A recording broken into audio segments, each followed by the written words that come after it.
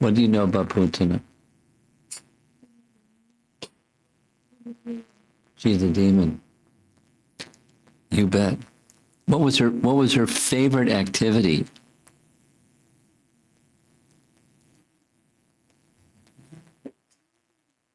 Coloring. Coloring. No, that's you.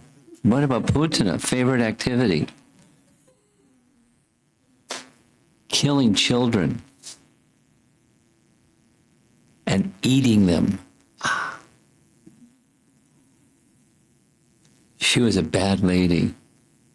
Not only she was a witch. It was really bad. Really bad. Okay.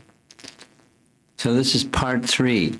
And I had some thoughts about what we've done so far. 2 things I'd like to share about what we've done so far.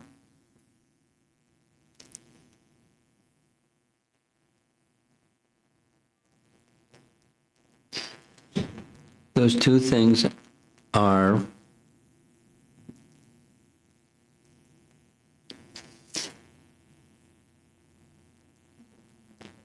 most devotees in course of time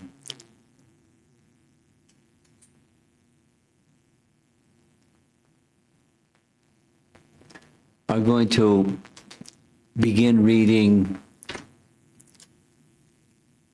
some of the pastimes of Krishna, Radha Krishna, and the residents of Vrindavan, in addition to what's described in Srimad Bhagavatam. For example,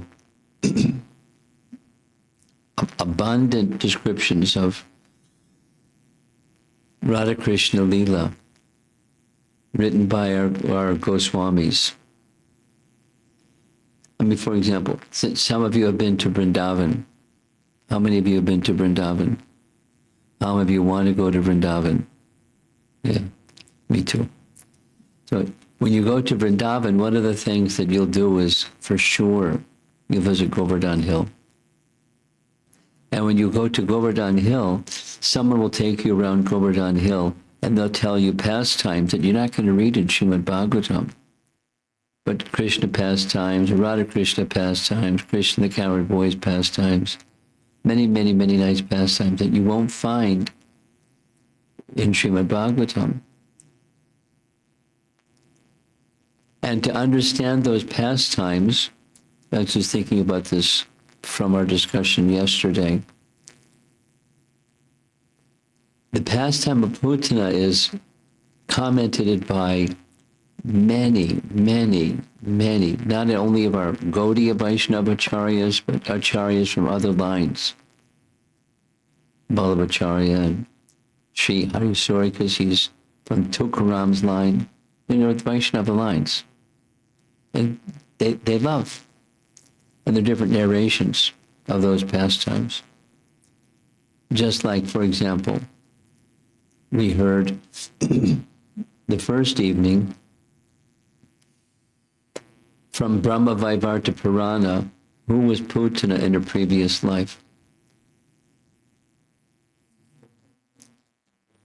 The daughter of Bali Maharaj.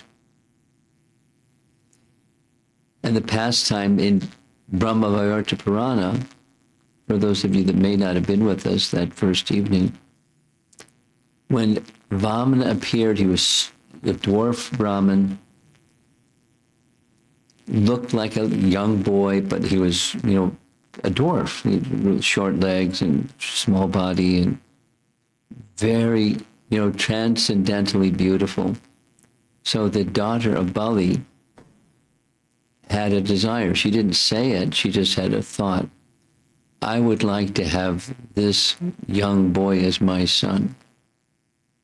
So the Supreme Lord, being omniscient, knew that she had that desire, so her desire was to be fulfilled. Not that her son, but she would treat him like her son. She would become like a mother. But then, Brahma Vaivarta Purana describes that when she saw her father tied up like a criminal after he had surrendered everything to Brahmana, she was angry. I'd like to kill him. So put those two desires together and she became Putana, according to Brahma Vaivarta Pramana. Now, something that we heard yesterday evening, we heard descriptions of this Shakti, that Shakti, the other Shakti. No, that the Shakti of omniscience, there's a nice Sanskrit word for it, Shakti of omniscience. Then his Leela Shakti and this Shakti, that Shakti. And he is in his childlike form, like 3-month-old baby form, not just child, infant. But he has all these potencies, and through all these potencies, there's different things that are doing.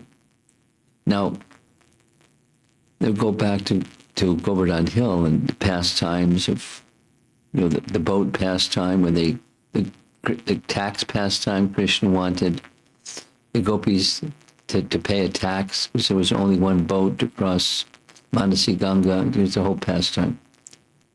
So there's Shaktis of the Supreme Lord that we don't hear about when we just hear these narrations. But the Govardhan Leela is so profound and spectacular and described in so many ways by so many acharyas. We're hearing details and details that we're not going to hear about these other pastimes. So we're getting like, kindergarten class and how to understand Krishna's pastimes, because the pastimes are, we discussed this yesterday at length, but it's Krishna is Rasa, Rasa Vaisaha. How do we know that? It's from Taittiriya Upanishad, quoted again and again and again and again and again by our acharyas. And there's a reason they quote it again and again, because that's who he is. He is Rasa. I mean, he's a person, but Akila Rasamrita Murti, he's the form of all rasa. And to enjoy his rasa-ness, he engages in loving exchanges with his devotees. So he manifests pastimes from the spiritual realm in this realm to demonstrate to us in this realm his wonderful pastimes that are eternally going on. Even in this realm, not manifest, and then in this realm, manifest in the spiritual realm. We're being given a picture of the lovingness, the rasa-ness of the Supreme Personality of Godhead. But rasa is two. It's him and another. And then the exchange of loving dealings in different ways. So my thought about all of what we did yesterday, it was lengthy and very detailed, but it's a primer. It's a kindergarten lesson in when Krishna performs pastimes that don't have all those details, we can understand, at least in principle, what's going on. By the grace of our acharyas and commentators, we can find out things that it doesn't meet the eye. But they know, and it's not fiction writers, they have access to Krishna. For example, one of the things that was discussed yesterday is, why did Krishna close his eyes? And there's like 16 different explanations. So we're getting, and much of it is giving an internal, like what's Krishna's thought process? Why did he close his eyes? Just a little thing. And multiple explanations. And what the purpose of it is, he's enjoying and he's reciprocating love with his devotees.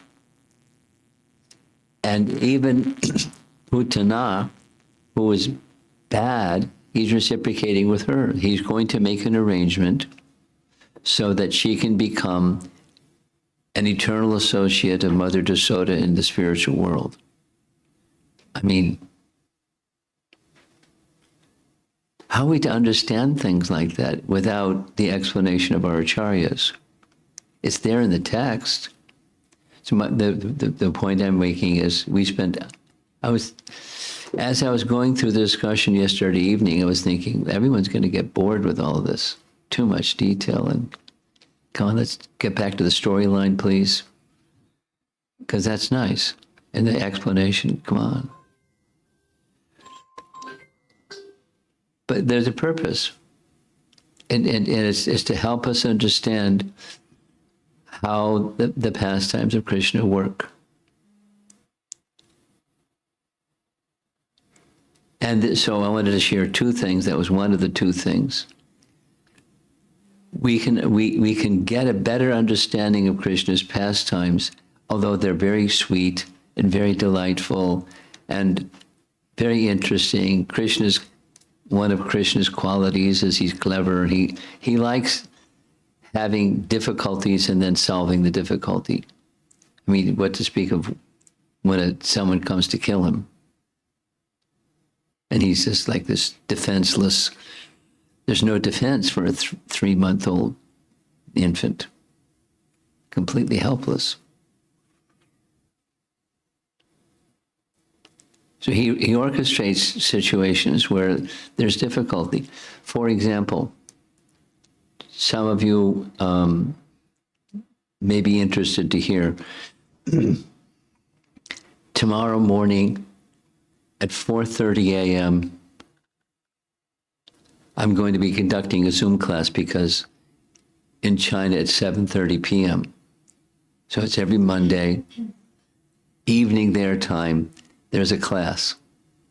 And this is part 15 of Pastimes of Radha and Krishna.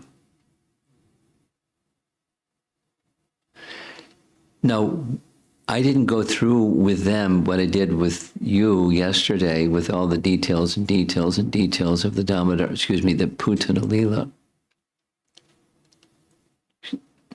But in all of these pastimes, there's details of the pastimes, and it's being enacted the same way. And for one of the things that Krishna likes to do is we know Srimati Radharani is the Hladini Shakti of the personality of Godhead. We all know that one because we hear it again and again and again. Hladini Shakti. She is his spiritual counterpart.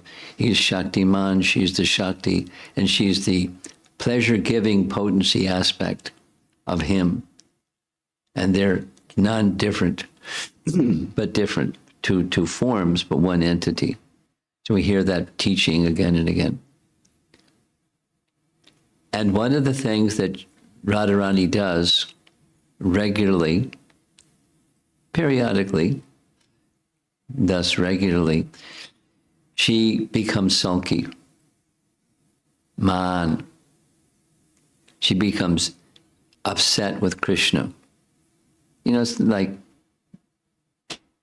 young boy, young girl, they may have he gets upset, she gets upset, some kind of thing. But that's just a reflection of this is spiritual reality. And there's pastime after pastime after pastime where it's not like Radharani's playing hard to get and wants to see how clever Krishna is going to be to get her because she wants Krishna to come after her, and it's just not like that. It's a loving exchange. Her heart is moved for the pleasure of Krishna, and Krishna likes. There's pastimes that are Goswamis described. There are two, the left wing, right wing gopis. You know this. Chandravali is the right wing, and Radharani's left wing in her group. So she says and does things that are controversial. She talks back to Krishna. What to speak of Lalita? I mean, Lalita puts her hand on her hips and gives Krishna the sauce. You get out of here. and things like that. And you know, it's to nourish the love of Radha. So she's by Radha's side. She's her commander in chief, Lalita. Vishaka's a little soft, so they have their personalities. But it's all for the pleasure of Radha. That's all for the pleasure of Krishna. And in the pastimes of the Goswamis, it describes Krishna says, I like when Radharani does these controversial things or talks back to me or becomes upset with me, more than just like the pacifying personality of Chandravali. It's like not looking down his nose at Chandravali because she's Radharani's expansion. But how all of this is working, it's a little mysterious. But when sometimes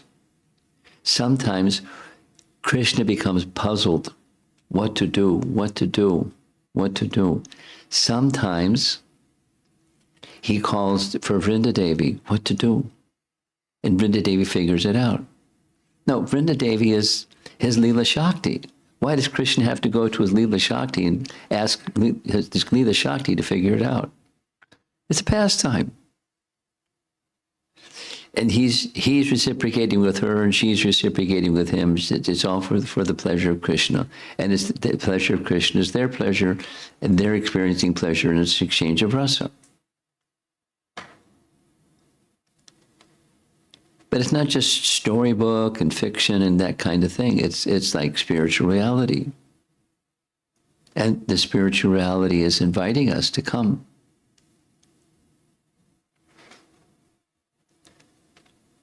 One time, as I'm speaking this, I'm remembering Prabhupada sitting on the Vyasasana at the Henry Street Temple in New York.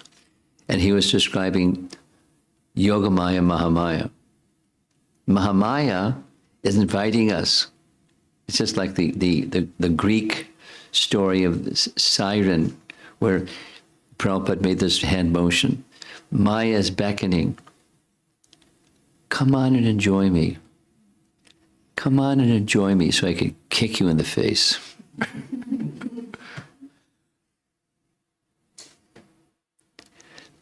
And the internal potency is not to be enjoyed. The internal potency is to be enjoyed by Krishna.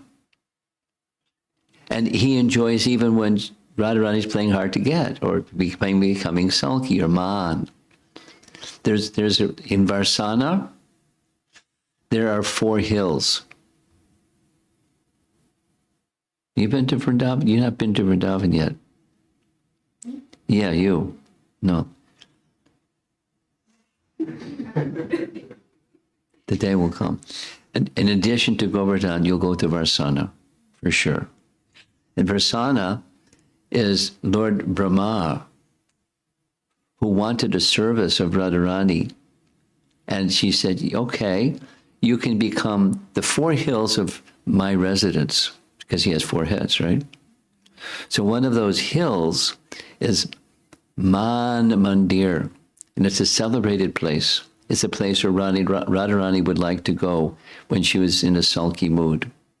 Man, angry.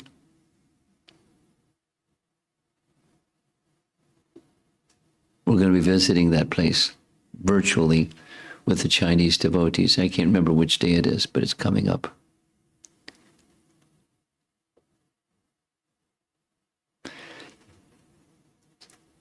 It's Krishna's pleasure. And his energies are assisting him in his pleasure, which gives them pleasure, which, because it gives them pleasure, gives him pleasure. It's love. It's not one way, it's 2-way.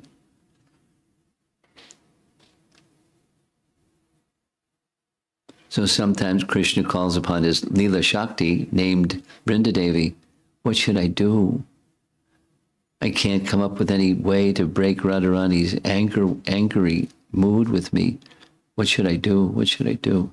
And she comes up with a plan.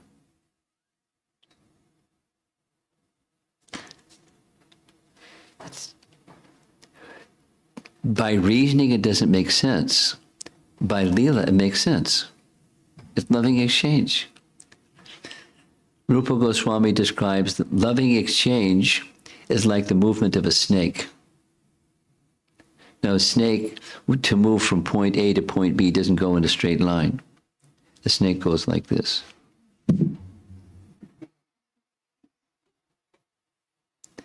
And so Leela is like that. The loving pastimes of Krishna with whomever, not only with the gopis, with whomever. In this Putana Leela, it's the elders of Vraja. The elder Gopas and the elder Gopis, and it's Nanda who's out of town when the whole event happens, and then he does what he does when he comes back, and there's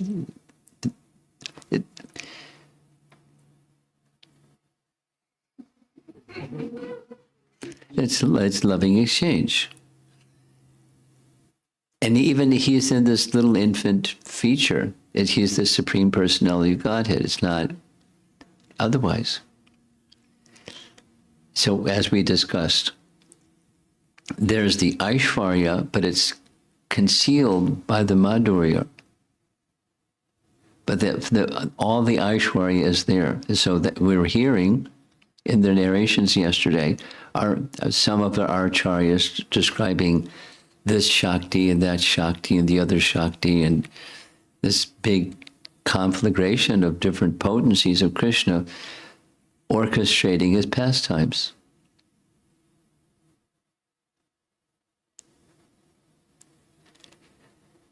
So just back for those of you who came in a little bit late, yesterday we heard details and details and details. And when there's other pastimes, we don't get that kind of analysis, but we should understand fundamentally it's details and details and details. May not, in Putana Leela, it's revealed because it's such a prominent pastime in many Puranas and many acharyas from other sampradayas. They have their realizations. So it's nice to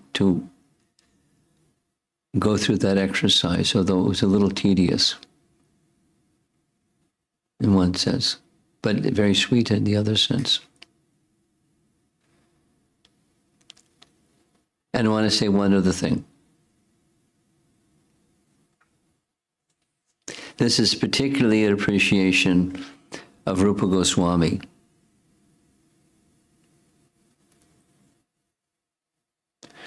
The writings of our acharyas follow the writings of Rupa Goswami, largely, particularly when it comes to bhakti rasa.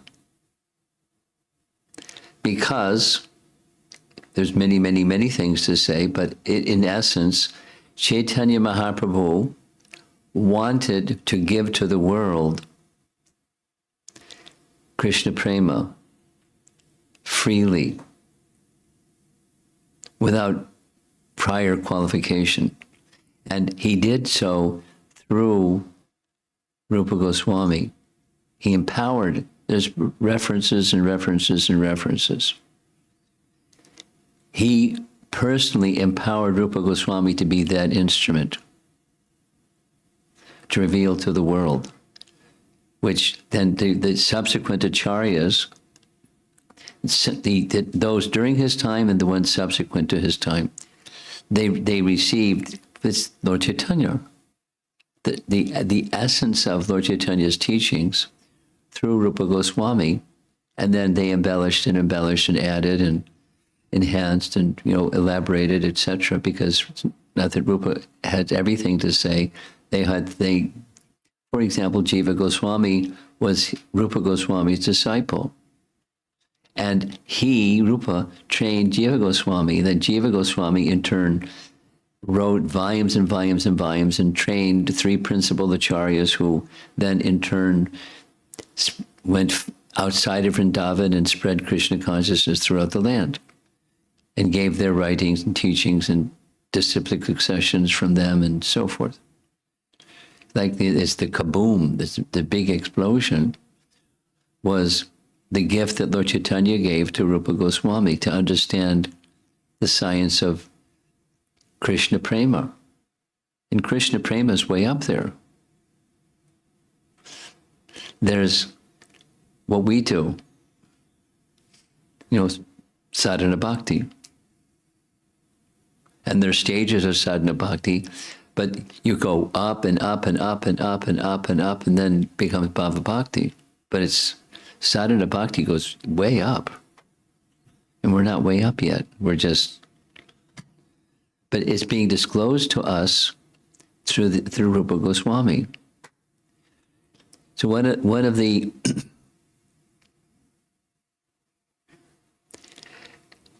I wanted to share this from yesterday. So here we go. One of the references, you mentioned this already twice this morning and several times yesterday, Rasa Vaisaha, it's from the Taittiriya Upanishad. And the Taittiriya Upanishad, there's a whole section where it's Upanishadic, it's very terse, not elaborate, not historical, not sweet, just like that. And who understands it? They may recite it, they may have an explanation, but who really understands it? Rupa Goswami really understands it. And how did he really understand it? Because Lord Chaitanya, just like Lord Chaitanya knew Vedanta Sutra, Sarvabhauma Bhattacharya spoke to him for 7 days on Vedanta Sutra. You know the story? You know the story? You know who is Lord Chaitanya? You know who is Sarvabhauma Bhattacharya? No idea. When Lord Chaitanya went to Jagannath Puri, he took sannyas, and his mother Sachi said, please don't go to Vrindavan, I may never see you again or hear of you again. Go to Puri. Krishna's in Puri. Krishna's in Vrindavan. I know you want to go to Vrindavan, but go to Puri instead. Because devotees come from Bengal to go every year to the Rath Yatra, and they'll get, when they come back, I'll get news of you, at least that much. Go to Puri. So he went to Puri. Many things happened on the way to Puri. When he got to Puri, when he saw Jagannath in the Jagannath temple, what happened? He swooned in ecstasy and fainted. The guards thought this is a wild man, so they were going to toss him out. At that time, the chief priest of the entire kingdom of the king of the state of Orissa came to the temple. And he saw the sannyasi lying on the ground. And the guards were going to toss him out. They thought he was this wild man. He said, no, no, no. Make an arrangement, bring him to my home, and I'll revive him. And Sarvabhauma Bhattacharya wanted to test, is he faking or is it real? Because some people fake. So he knew how to test him. Here's how it's in Chaitanya Charitamrita. He took some fibers from a cotton ball and held the fibers in front of the nostril of Chaitanya Mahaprabhu, because if he was faking, then there would be regular breathing. But if he was in trance, his life air would be suspended. There was no movement of air through his nostrils. I mean, his mouth was closed, but so it was trance. It was a genuine trance. And he didn't know what to do to revive him. Some things happened. His associates of Chaitanya Mahaprabhu found out where he was. They had kirtan, and he came to external consciousness. Haribol.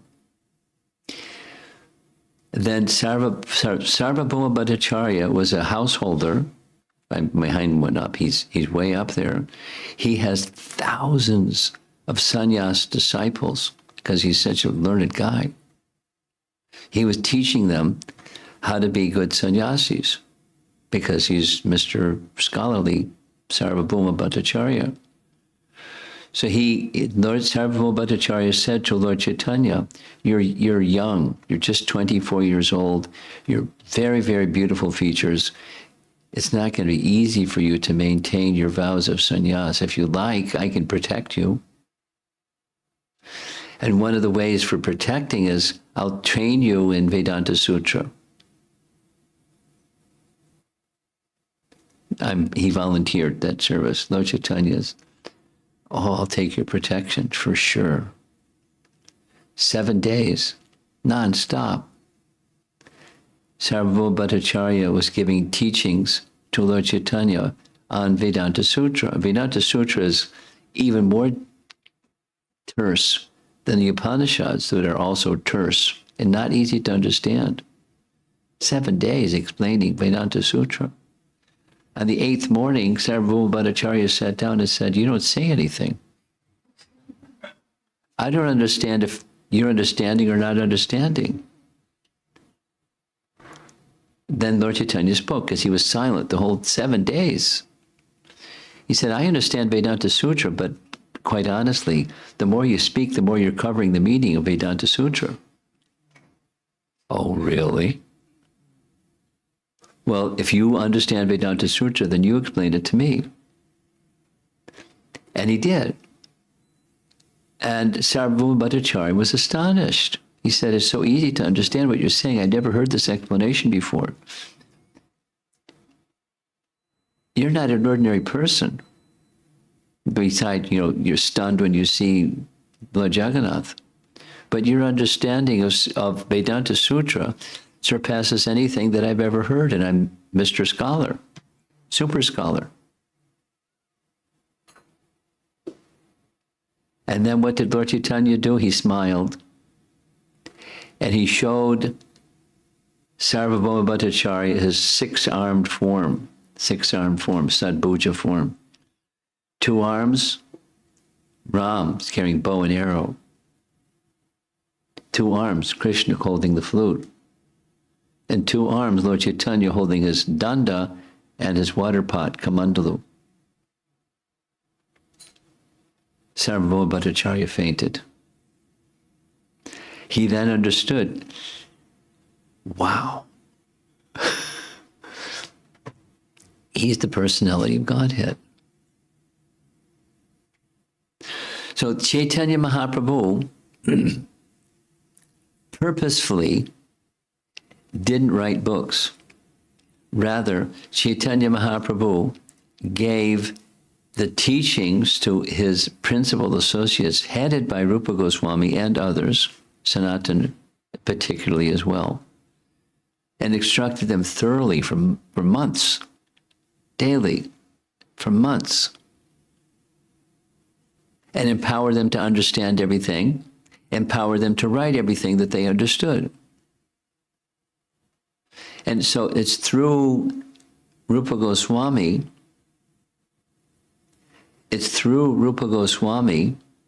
that Chaitanya Mahaprabhu gave the gift that he came to give, Krishna Prema. And then the stages of Krishna Prema. So one of the explanations given by Rupa Goswami, then taken by subsequent acharyas, that the Upanishadic understanding includes it, but it's not explained properly or thoroughly.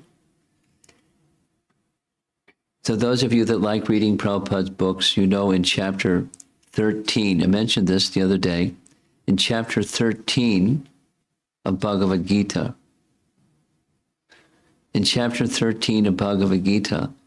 it begins, the first verse is Arjuna asking 6 questions. Kshetra, Kshetragya, Jnanam, Gyayam, Prakriti and Purusha. Basically, matter and spirit, matter and spirit, matter and spirit. Please explain. So when it came to the items of knowledge, we know from Bhagavad Gita, we all know from Bhagavad Gita, there are 8 coverings of the soul: earth, water, fire, air, ether. That makes 5. Mind, intelligence, and false ego. Bhumi, Rupa, Balova, Yukamano, Buddha, Evacha, Ahankara, That's number 8. They're coverings of the soul. That's a Bhagavad Gita model, 8 coverings. In the Taittiriya Upanishad, the same section that speaks of the supreme as Rasa, it's a discussion about the living entity, the jiva, and how the jiva has different coverings. And that model mentions 5. And it's right in the purport of chapter 13, text number 7. You can go read it later. You've heard the list before. Anamoya, that's food, right? Then pranamoya, life symptoms. Manamoya, the mind. Jnanamoya, Vijnanamoya, Anandamoya. They're different coverings of the living entity. And in that same section in Taittiriya Upanishad, it speaks of the supreme, Rasovai Saha. He penetrates and spiritualizes the coverings. It's called bhakti. It doesn't say bhakti, but that's what it is. Because that's what bhakti does. We have coverings: earth, water, fire, air, ether, mind, intelligence, and false ego. And the idea is we're stuck. And how to get unstuck? Bhakti. Because bhakti spiritualizes those coverings. And then you can use those spiritualized coverings, Rishikena Rishikesha Sevanam, the senses in service of the master of the senses. The coverings become spiritualized. And then da, da, da, da, da, da, we can experience rasa. But we can't because we're covered.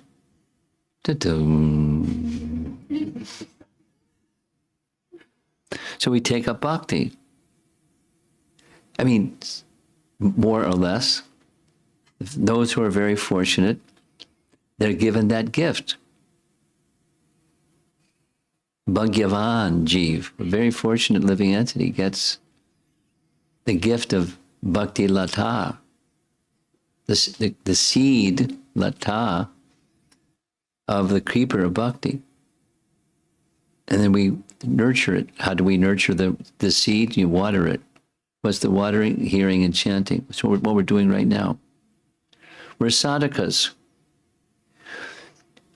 We're engaged in the sadhana process of bhakti, but the sadhana process of bhakti is to spiritualize the coverings and to realize the source of everything, the coverings, and us, and the means of overcoming the coverings and becoming connected again with who we really are and the source of everything. That's bhakti.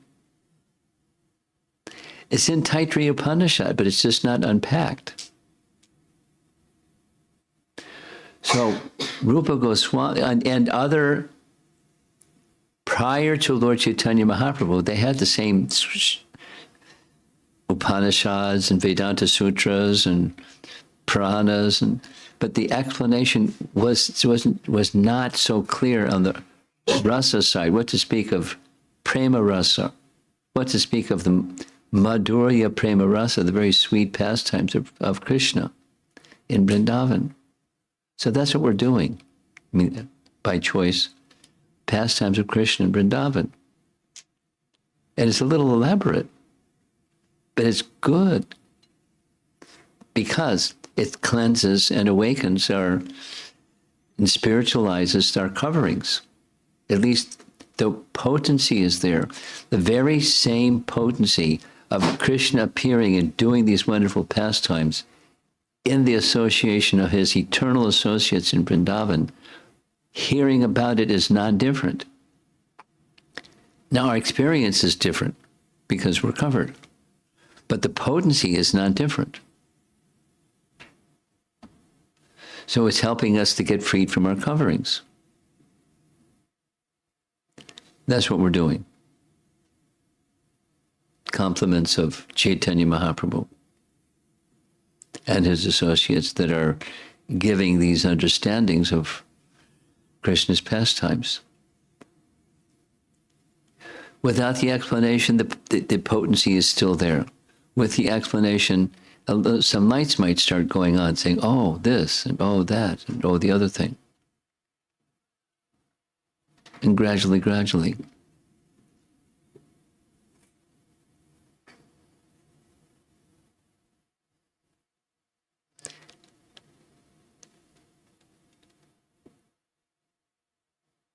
As I'm speaking, I'm thinking about Srila Prabhupada's refinement and his ability to taste these things.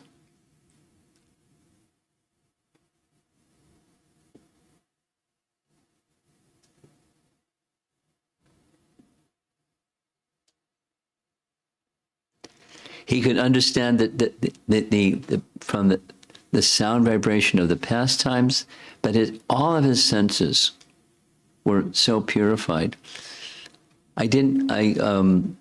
My service didn't intersect very much with Jamuna Dasi.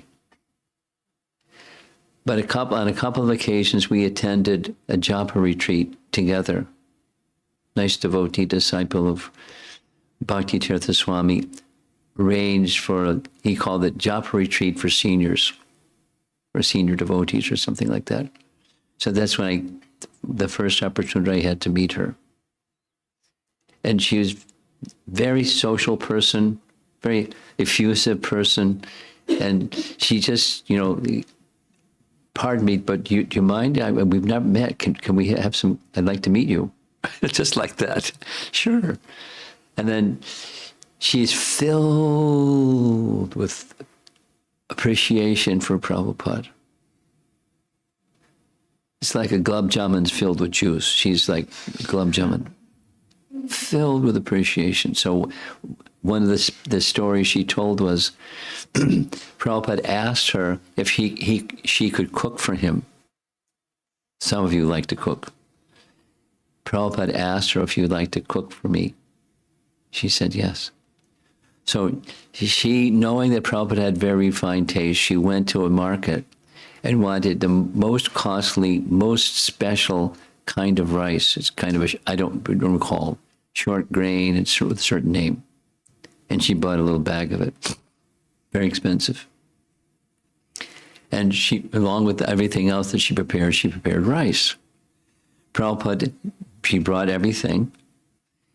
Prabhupada took 1 grain of the mountain, little supply of rice, took 1 grain, dropped that 1 grain on the tip of his tongue and tasted the grain and told her the particular type of rice it was that she had purchased and bought for him. And she was astonished. And you're telling me I could tell she was astonished. She was still experiencing the astonishment. How refined was Prabhupada's senses. Otherworldly. I mean, it's not just a sense gratifier can know this taste from that taste. He's a transcendentalist. And one might think, well, what does a transcendentalist have interest in this type of rice versus that type of rice? It's not, it was for the pleasure of Krishna. And different flavors and mixing this flavor, that flavor to make something that's pleasing to Krishna. And that's the level of intensity, of purity of our founder Acharya. One more Prabhupada story. I'm going to go to Putana story.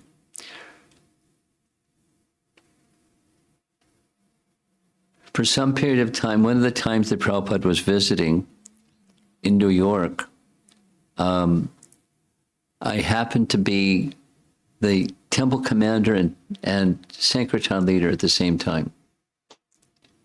I was a busy guy. And I learned, there's no job description, what does temple commander mean? Basically, it means if you can't find somebody to do it, you do it yourself. So when Prabhupada came, there was lots of service to do, and people were really enthusiastic to do service directly for Prabhupada, except for one. And that was guarding his quarters at night, because they wanted to sleep. And I couldn't find anybody to do it, so I was a temple commander, means I had to do it myself. And what the configuration in Prabhupada's, so this is a double brownstone building.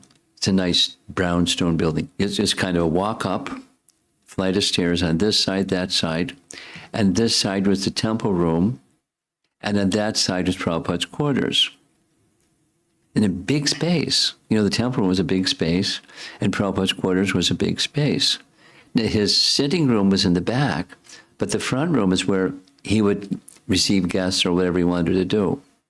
And every night, without fail, solo, Prabhupada would go to that sitting room with his harmonium and sing bhajans.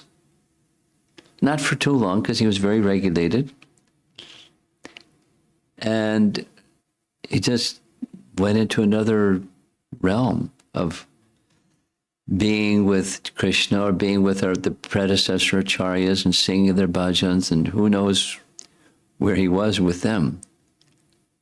But very sweet, and you know, the melodies, and you know how he played the keyboard. It was otherworldly. It wasn't ordinary. And then he stopped, and then he went to his room where he took rest, and the light went out. So I'm sitting. This is in the backyard. There's a window, and I was watching all this stuff happening through the window because I'm guarding his quarters, just in case, right? Some intruder or some mischief or something. About 2 hours and 15 minutes later, I don't know if he had an alarm clock or if it's just his body clock or what happened, the light would go on. 2 hours and 15 minutes later, the light would go on. Who wakes up 2 hours and 15 minutes after you lie down at night? Not most people, that's for sure. But very regulated. And then he went to the washroom and, you know, washed his face and whatever he did, brushed his teeth, came out, and then turned on the light in front of his desk. And he sat down, chanted japa for some time, and then started his translation work, you know, before midnight, up until 4 o'clock in the morning. He was toiling for the world, not for himself. His convenience meant nothing to him. It was a sacrifice for all of us, for generations and generations and generations. A labor of love under the order of his spiritual master and for the purpose of Chaitanya Mahaprabhu, to give Krishna prema to the world with these stages of, because he wasn't on the sadhana stage. Not at all. He was in the prema stage. Because he had it, he was able to give it, but he was able to give it according to the capacity of the recipients.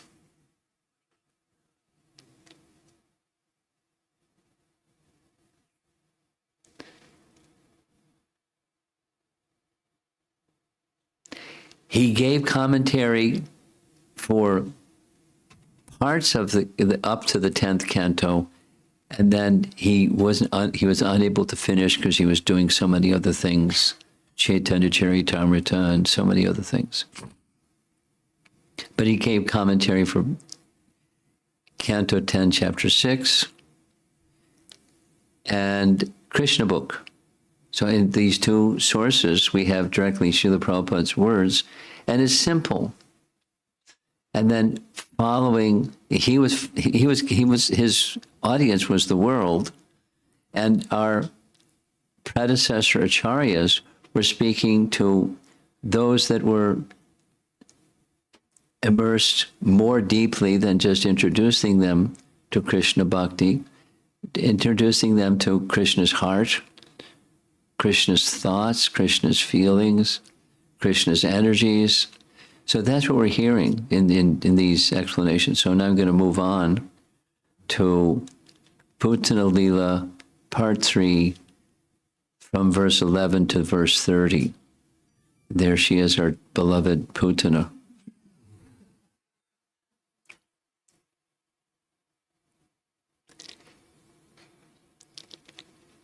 We heard this from Vallabhacharya, the particular nakshatra when Putana came to kill Krishna, but Putana was killed. The moon was in that particular constellation of stars. Nakshatra refers to lunar mansions, which are located at equally divided segments along the moon's ecliptic. Some of you like astronomy or astrology. The moon completes its 360-degree rotation with respect to the background of stars in about 27.3 days. Thus, every 27.3 days, the moon comes across the same nakshatras. Vallabhacharya specified that that's when Putana came. So nakshatra of this Ashlesha means death. So that's when she came. Unbearably pressed in every vital point, the demon Putana began to cry. So this is continuing from yesterday. She offered her poisoned breast to Krishna to kill him. Krishna knew, Krishna was angry, but also because she wanted to kill him and had killed many other children, and because she came in the mood of, or at least the role of a mother, he accepted that service too.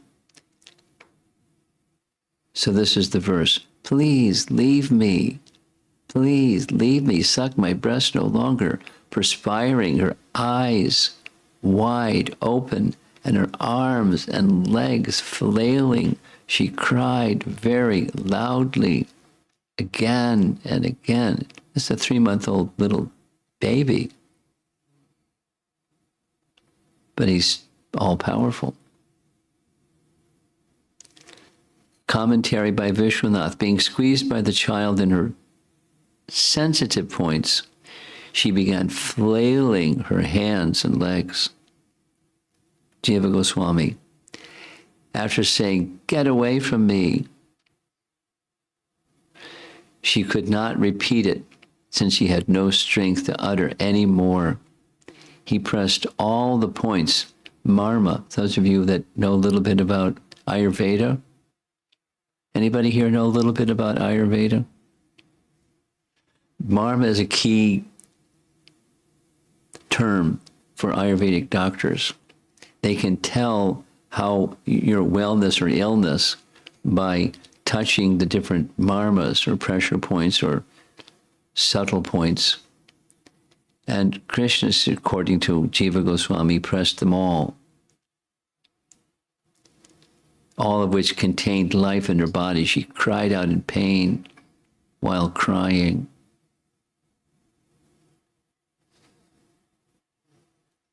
Sanatana Goswami, she shouted loudly but uselessly. He pressed all the points where life resided in her. She cried loudly.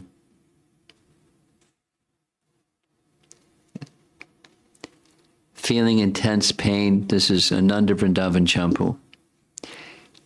Putana shrieked, "Please leave me, leave me," as she forcefully tried to throw the baby off her breast, but Krishna held tightly with both hands and sucked her breast milk with the cup of his soft lips.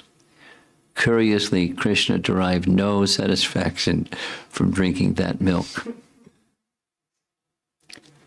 Then, Ananda Vrindavan Champu says, Putana assumed her Rakshasi form as a horrible demon. Because remember from the earlier, she made herself look like a celestial personality. Maybe she's the goddess of fortune, maybe this, maybe that. Not ordinary, extraordinary. She's a mystic demon. Krishna threw Putana's huge and hideous body out of town because he didn't want to crush the town. So he, 3-month-old little baby Krishna, tossed her out of town. If the body had fallen into the city, it could have killed many residents, miles long. Gopal Champu writes, yelling, let go of me, in great pain, she freed herself from her life heirs. This is this marma point topic. She was able to pull Krishna from her chest since she had been purified. Leaving Vraja like a flying bird, she gave up her body. Seeing this, everyone thought, some terrible sound has arrived in Vraja. Going to the place, they saw that Putana had assumed her natural form. Taking the child who was holding onto her chest, she flew in the air. Remember, she's a Kechari. She knows how to do that. The life heirs of the two mothers, that's Rohini and Yashoda, also quickly flew away from the lotus of their bursting hearts. If the two mothers had not fainted when the child was taken by Putana, how would they have been able to endure the situation? They could not, and would have died. Gopal Champu continues, the Devatas thought that her cries were a thunderbolt, that the wind from her flying was the final devastation, that her falling to earth was an earthquake, that her dead corpse was a mountain range. Coming close, the demigods, understood the strange creature and remained near Putana for some time. They understood it was Putana. The child was stuck to her chest, holding the tip of her breast. In their hearts, they recognized Krishna's power, and they laughed heartily. The Devatas said, the huge she-demon who took a small form to take the child has been destroyed. It is not surprising. The poison of Putana's body must necessarily be destroyed by this child, who is a moon with a body of nectar. When poison contacts another object, it also becomes poison. If nectar contacts poison, it becomes poison. How amazing. When Krishna, with nectar limbs, contacts poison, he remained nectar, and Putana remains poison. Neither has been transformed. This is Jiva Goswami's writings. Putana, like deceitful night, took on a huge form to oppose the boy possessing fresh rasas, giving sorrow to the day lotuses and tree lotuses, giving bliss to the night creatures who oppose the sun, or Krishna. She met her destruction in Krishna's thoughts. The breast is the life for the child. When you offer your breast to my mouth and I drink it from your breast, if you die, what is my fault? Please tell me. So that was verse 11. We're going to go to verse 30. Verse 12. You see the third line says, Rasa. As Putana screamed loudly and forcefully, the earth with its mountains and outer space with its planets trembled.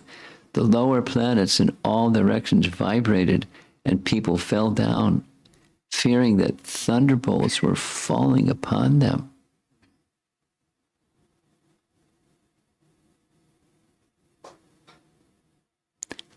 Vishwanath Chakravarti Thakur comments, Rasa in this verse means Rasatala and other lower planets.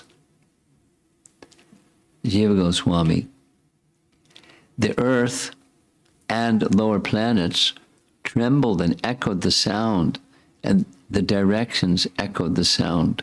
The people had never heard such a loud sound. and thus fell to the ground. She has a big body and she can make a big sound. Next verse, text 13. In this way, the demon Putana, very much aggrieved because her breast was being attacked by Krishna, lost her life. O King Parikshit, so this is Shukadev narrating. Opening her mouth wide and spreading her arms, legs, and hair, she fell down in the pasturing ground in her original form as a Rakshasi, as Vritrasura had fallen when killed by the thunderbolt of Indra. Vishwanath's commentary. Because of the pain of death, the Rakshasi could not maintain her disguise as a beautiful woman and reverted to her Rakshasi form. Sanatana Goswami's comment. The pain in her breast was the main cause of her dying. She is compared to Vritra because she had a huge body and, like him, attained the spiritual world. Shukadev calls to the king in joy, like you, a king who protects people from the wicked, Krishna protected Vraja from the body of Putana. Next verse. No, this is reference from the canto. This is Jiva Goswami's commentary. Her original form was that of an owl. This is mentioned previously. It gives the Sanskrit. He killed the woman with the body of an owl when he was a child. Canto 1, Chapter 2. The word goshte here means near a place kept from milking the cows, not where people were living. Moving her feet, she crushed trees. She flailed her arms as if trying to fly like a bird. It was previously mentioned that she flew to Braja. Oh, king! That's Shukadev to Parikshit. Understanding this story, you will protect the people.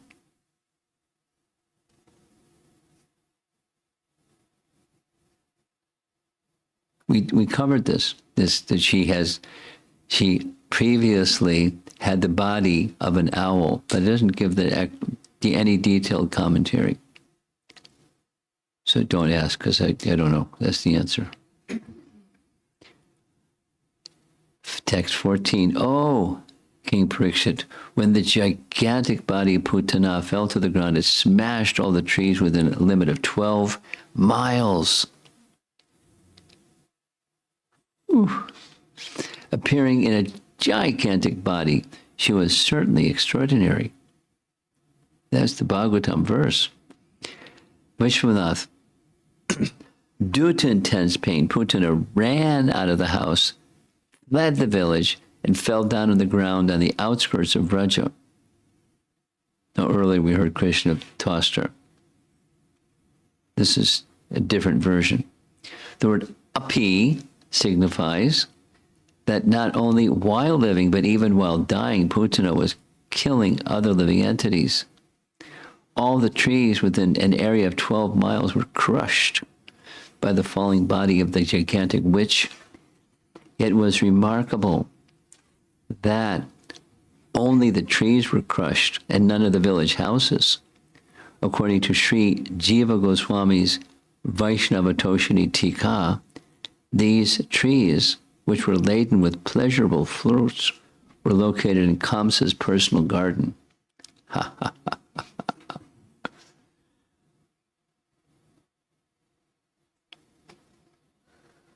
Now, how do they know all these things? They got a password to secret files or something. Jiva Goswami writes, on the other side of the border of Gokula, there was the Udyan, a particular small forest belonging to Kamsa. all the trees that were killed were part of the forest of Kamsa. Thus, she did not harm even a single tree within Gokula. Now, Vishwanath came chronologically after Jiva Goswami. He's making reference to this, and this is Jiva Goswami's commentary. Next two verses. The Rakshasi's mouth was full of teeth, each resembling the front of a plow. Her nostrils were deep like mountain caves, and her breasts resembled big slabs of stone fallen from a hill. Her scattered hair was the color of copper. The sockets of her eyes appeared like deep, blind wells. Her fearful thighs resembled the banks of a river. Her arms, legs, and feet seemed like big bridges, and her abdomen appeared like a dried-up lake. The hearts, ears, and heads of the coward men and women were already shocked by the Rakshasi screaming, and when they saw the fierce wonder of her body, they were even more frightened. Text 18. Without fear, the child Krishna was playing on the upper portion of Putana, Rakshasi's breast. When the gopis saw the child's wonderful activities, they immediately came forward with great jubilation and picked him up. Shown in the painting here, or in this painting, or in this drawing, pencil drawing, outside the village. Jiva Goswami's commentary. The gopis around Yashoda, understanding that the demon killed children, left Yashoda and Rohini, who had fainted, and ran, took the child from the dead body and returned to their houses. Their affection for him increased. Just see, he's stimulating their ecstatic love. Their affection for him increased on seeing that he was playing happily on her breast. Because he was a child, he had no fear.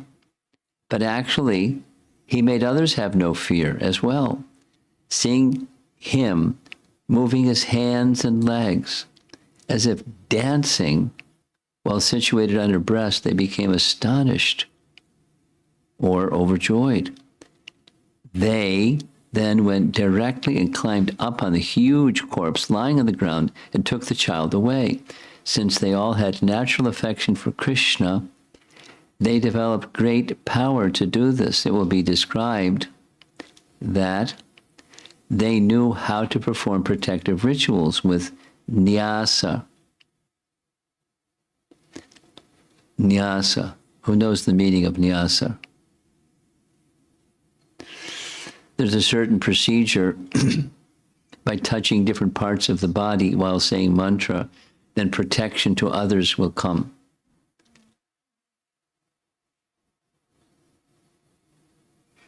So they knew the procedure. They're just village ladies, but they knew the procedure. So they're going to do this to protect Krishna because, spooky demons may be causing further trouble for him. It should be understood that these gopis were the same age as Yashoda, since they protected Krishna with the affection of a mother.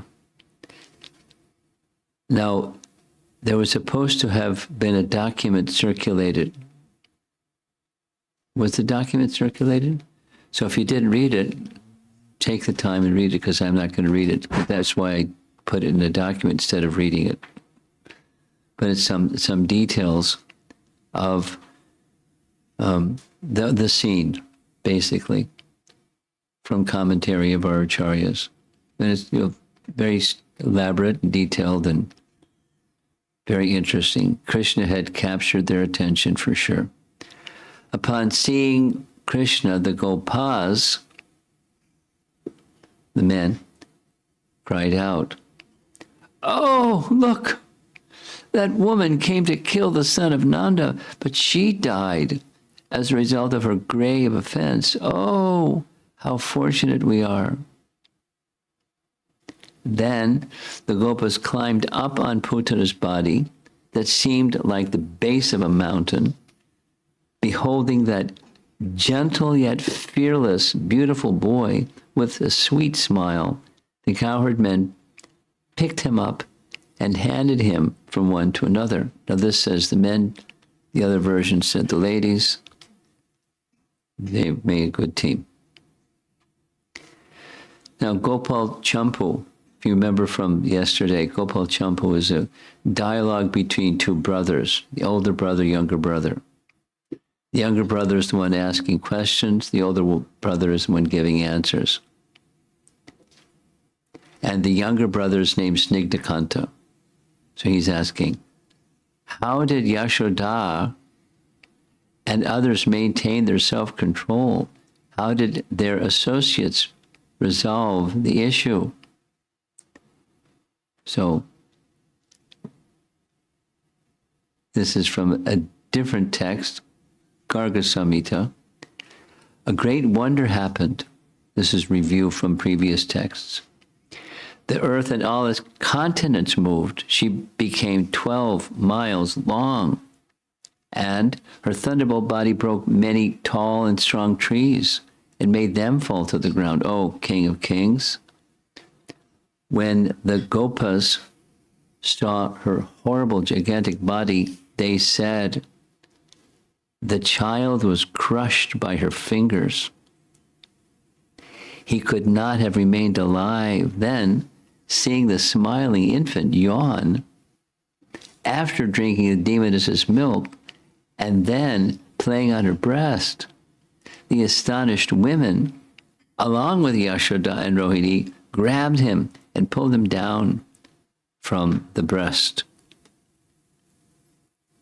Ananda Vrindavan Champu. Then the gopis told Yashoda, "O pious one, here is your son. Please embrace him." Thinking their words like those heard in a dream, Yashoda said, "Are you tricking me?" Like a person suffering under the spell of an evil planet, Yashoda could not believe them. However, she regained conviction when Krishna was placed in her lap. Brajeshwari Yashoda appeared like a woman awaking from a dream, sleep of lamentation, or a dead body coming back to life, or an unconscious person returning to his senses. Remember, we're going to text 30. So here's 1920. Thereafter, Mother Yashoda and Rohini, along with the other elderly gopis, waved about the switch of a cow. What's the switch of a cow? At the end of a cow's tail, there's some hairs, like a tassel. So they took the tail of the cow and waved the tail of the cow before Krishna to wave away bad omens. The child was thoroughly washed with cow urine and then smeared with the dust raised by the movements of the cows. Then different names of the Lord were applied with cow dung on 12 different parts of the body. It's like tilak, beginning with the forehead and done as in applying tilak. In this way, the child was given protection. This is this nyasa process, mantra saying, touching the parts of the body, and so forth. Prabhupada's purport. There are so many facilities afforded by cow protection, but people have forgotten these arts. The importance of protecting cows is therefore stressed in Krishna's Bhagavad Gita. Krishigo Rakshavanijam, Vaishya Karma Swabhavajam. This is a photograph of Srila Prabhupada on a morning walk in New Vrindavan. Maybe you recognize the hills in the background. And right in front is this big cow or calf or whatever. young boy, cowherd boy, taking care. And Paramananda and Kirtananda and Sudanu and all these nice devotees that were part of the New Vrindavan community.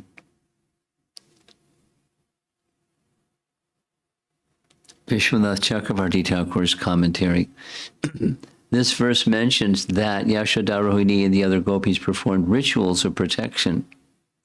Yashoda and Rohini did not take a leading role, however, because they were extremely affected by anxiety for Krishna's safety. The elderly gopis waved a cow's tail around all of Krishna's limbs to protect him. They also offered other items such as mustard seeds and touched Krishna with the edge of their winnowing basket. What's a winnowing basket? You know? What is? It's like when I put things in one stuff and you have to remove the other stuff and you do like that. Yeah. With the flow. Yeah. It's a basket for removing the chaff from the grain. And it's an essential paraphernalia for agriculture of that time.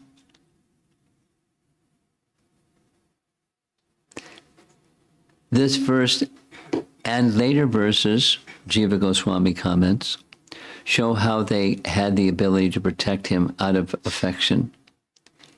Fearing for the health of the child, Yashoda and Rohini could not do anything at first. The others had the two women with them in order to pacify their grief. They performed actions to protect the child everywhere, inside and outside, for auspiciousness. They did this in the best way. And here's the next verse. There's it shows they're waving the tail of a cow.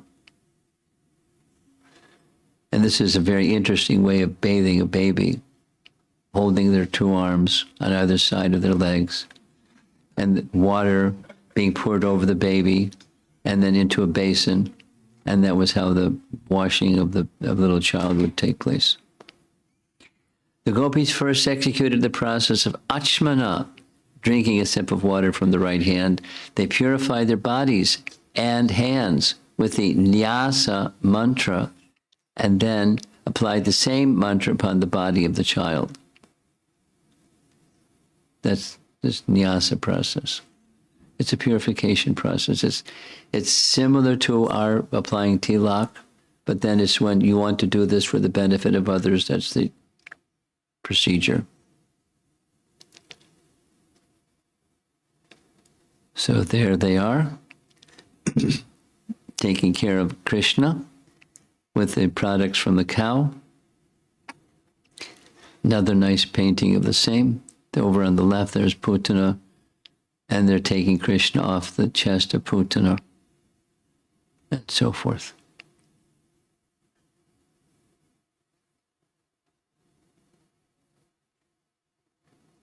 Krishna being bathed.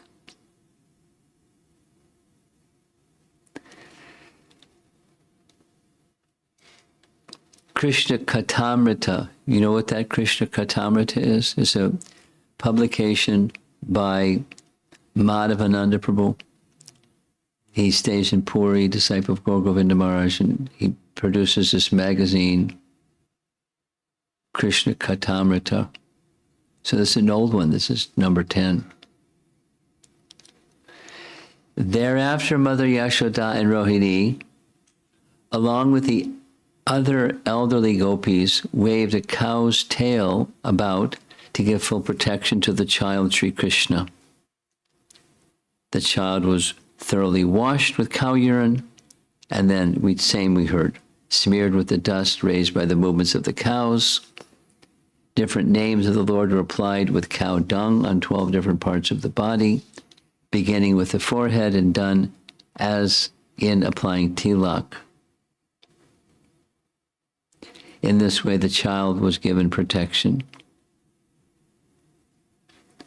According to Brahma Vaivarta Purana, this mantra was originally given by Brahma, who then gave it to Lord Shiva. Lord Shiva gave it to Durvasa Muni. Durvasa Muni gave it to Yashoda in Nanda Maharaj's palace. These mantras for protection. Rituals. The gopis hastily started the rituals of protection without first doing achman because of great fear. After calming down, they did the rituals properly by first performing achmana. They then performed anga nyasa and kara nyasa on their own bodies and hands. Then they invoked the bija mantras on Krishna's limbs. The bija consists of the first syllable of the name with an anuswara. An example, I'm Namaha. May Krishna, may Aja protect your feet. Mam Namaha. May Mahiman protect your knees. They knew the procedures. They're not Brahmins, they're village ladies, but they knew. Jiva Goswami's commentary. Yashoda and Rohini are not inclined here as before. This indicated by the word pratak. The bija nyasa is formed by the first syllable of the name of the Lord with an anusvara followed by namaha. He gives examples, different examples. Yam, yagyaya, namaha. The names from Aja to Ishvara were used to touch 11 parts of Krishna's body.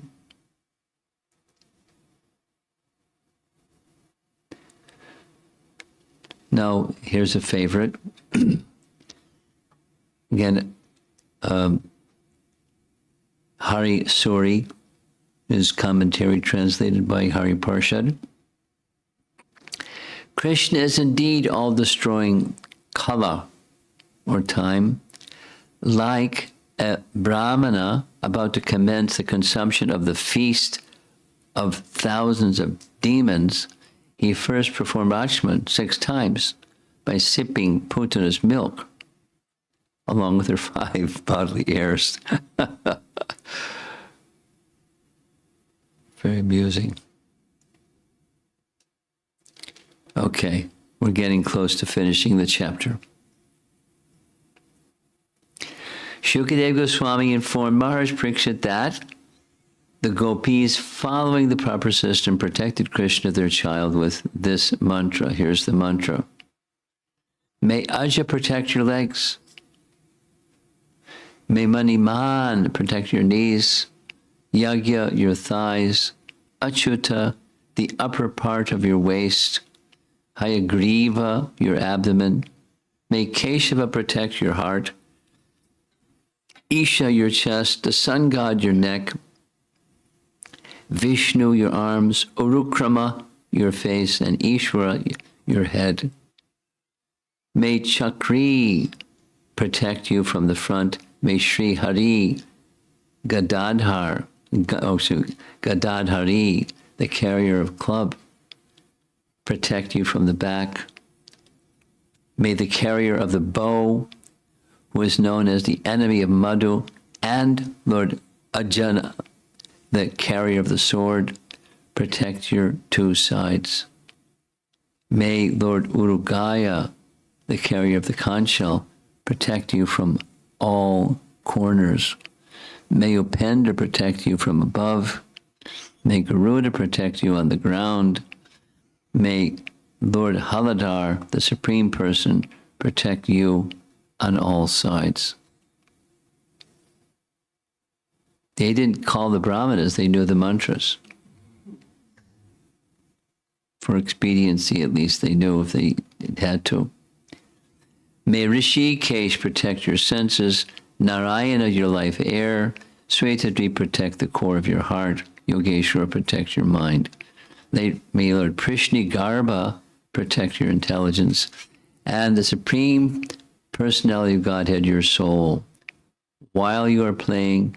May Govinda protect you while you are sleeping. May Madhava protect you. May Lord Vaikuntha protect you while you are walking. May Lord Narayana, the husband of the goddess of fortune, protect you while you are sitting. Similarly, may Lord Yagyabuk, the fearful enemy of all evil planets, always protect you while you enjoy life. That's a lot of mantras. Next, Jiva Goswami's commentary. Bhagavan Para means Swayam Bhagavan. Who's Swayam Bhagavan? Krishna. The subtle meaning here is that the expansions should protect Krishna's limbs, since the expansions are the limbs in his possession, and Swayam Bhagavan should protect himself, since he is the possessor of the limbs. The avatars protecting his limbs are his avarana deities, or protective forms that form surrounding him. Names are then mentioned in relation to Krishna's activities. Govinda means he who plays among the cows. I've come across this term, just a little explanation, little detour for a moment. Avarana deities. Let me just share with you a little bit that I know, don't know too much about what avarana deities are. Avarana deities are in Lord Ramachandra's pastimes. There are two forms, Dvidvita and Minda, that are worshipped with Lord Ramachandra in the spiritual world of Ayodhya, the eternal spiritual kingdom of Ayodhya. There are deities that are along with him worshipped. They're called avarana deities. And they're there for his protection, not the Supreme Lord needs protection, but that's their service. And similarly, when Lord Ramachandra appeared, and he did so through the agency of his eternal associates making appearance also in the form of children of demigods. Divyasham.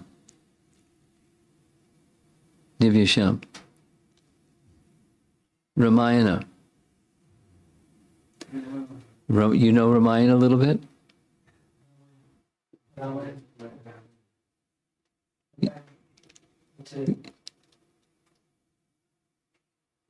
He was nodding out and just getting him awake.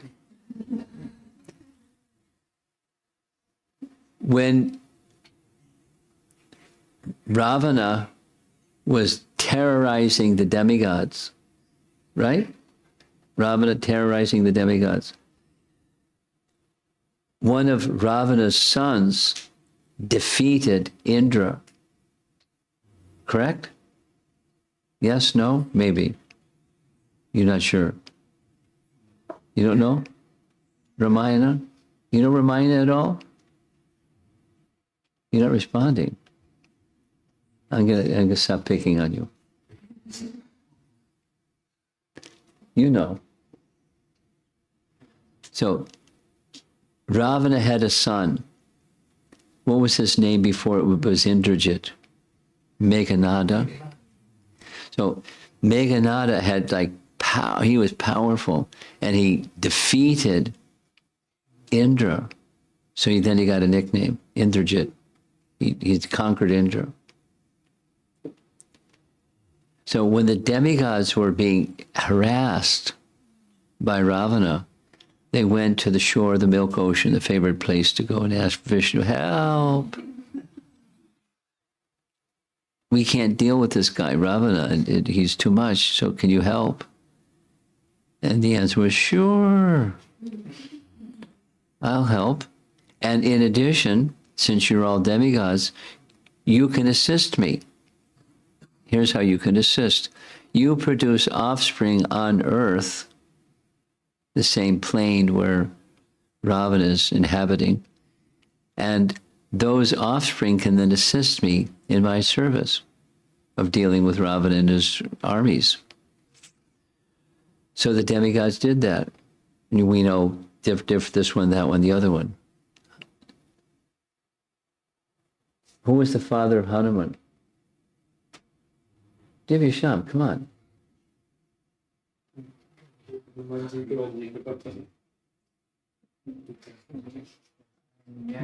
Vayu. You got to start reading Ramayana, Divya Sham. So they all had demigod parents, without naming the names. But the Ashvini Kumaras produced 2 sons, Mind and Dvida. And it's described that they were, in the spiritual realm, they were Avarana deities. That's what's on the screen up here, Avarana deities. And they were there to protect Lord Ramachandra. Not that he needs protection, but that's what they did similarly, except something happened. You know what happened? They made an offense. And because they made an offense, they got a reaction, although they're these like superlative beings, sons of demigods. And prior to that, Avarana deities in Ayodhya, in the Vaikuntha realm, offense, they became contaminated, and they fell. Don't make offense, Prabhos. Even if you're a nice devotee, it doesn't mean now you're entitled, it's okay, because you're a nice devotee. Don't make offense. You have some problems.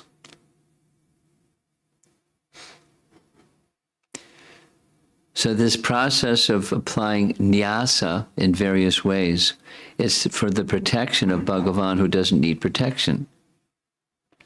But it's a service. They get to do some service. So that was the process that was being followed.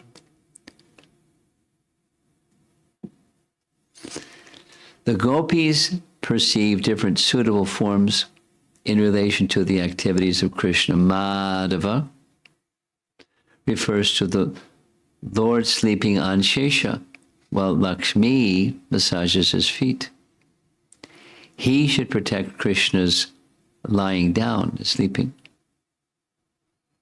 Vaikuntha is the avatar who is the son of Vikunta, who came out of the palace using his feet to solve the quarrel between the Kumaras and Jain Vijay. Did you know that detail? Interesting detail. Vikunta was the father. Vaikuntha came out of the palace when this quarrel between Kumaras and Jain Vijay were going on, and he wanted to give protection to the Supreme Lord. Not the Supreme Lord needs protection. The husband of Lakshmi refers to Mahanarayana, who sits on a huge throne in Vaikuntha. He should protect Krishna's sitting. The enjoyer of sacrifices should protect his enjoyment, Krishna's enjoyment. The phrase, giving fear to all planets, should modify, all the different forms of the Lord mentioned. All the deities mentioned protect Krishna from the bad influence of planets while he performs all his activities. Now, he doesn't need protection, but they get to do some service. And the these residents of Vrindavan, they knew this whole procedure. We're almost done. We're going to verse 30. The evil witches, known as Dakshinis, Yatudhanis, and Kushmadas, are the greatest enemies of children, and the evil spirits like Bhutas, Pretas, Pishachas, Yakshas, Rakshasas, and Vidnayakas, as well as witches like Kotara, Revati, Jeshta, Putana, and Matrakas, are all ready to give trouble to the body, the life air, and the senses, causing loss of memory, madness, and bad dreams. Like the most experienced evil stars, they all create great disturbances, especially for children. But one can vanquish them simply by uttering Lord Vishnu's names. For when Lord Vishnu's name resounds, all of them become afraid, and go away.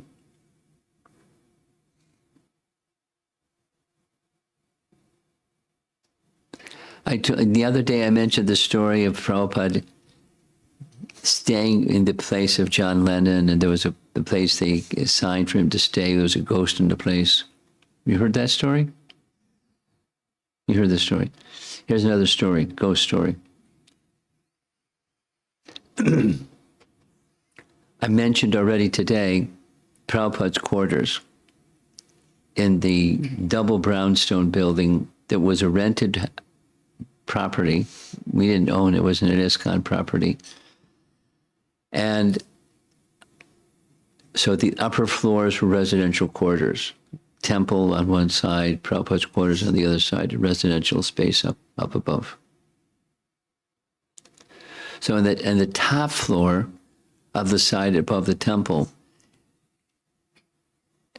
well, there were some unfriendly ghosts that lived there. So nobody wanted to stay there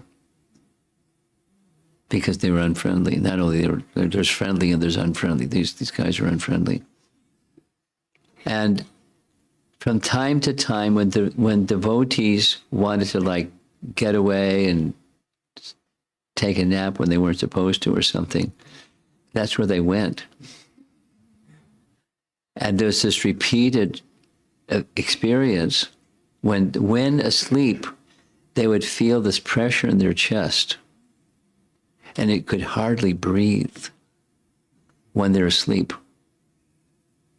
And there's only one thing that could rescue them, and it's hard to do it when you can't breathe, and it's just chanting. So that was the solution. After this happened a number of times, not too many times, but a number of times. So we had a ghost busting festival. And they went away. Cow dung smeared here and there, and clean it thoroughly, and kirtan, a big kirtan festival up on the 4th floor in the ghost room. And they went away. No more problem. They didn't come back.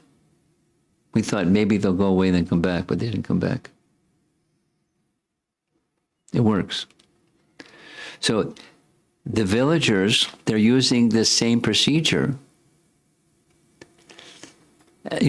Very simple village people. By uttering Lord Vishnu's name, here's Srila Prabhupada's purport. While decorating the body with tilak, we give protection to the body by chanting 12 names of Vishnu. Although Govinda, or Lord Vishnu, is one, he has different names and forms with which to act differently. But if one cannot remember all the names at one time, one may simply chant Shri Vishnu, Shri Vishnu, Shri Vishnu.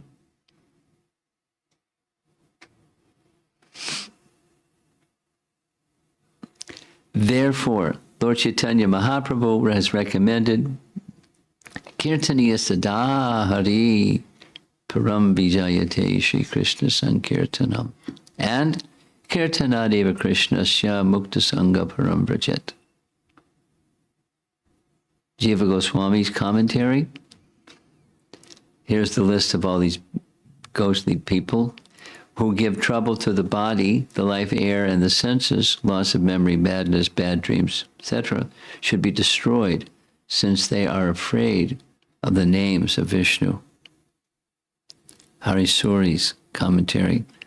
More powerful than you is your holy name, because when it comes to protecting you, the gopis did not use any other technique but used your holy name in protecting you. There's the two mothers. A little child wearing a peacock feather already.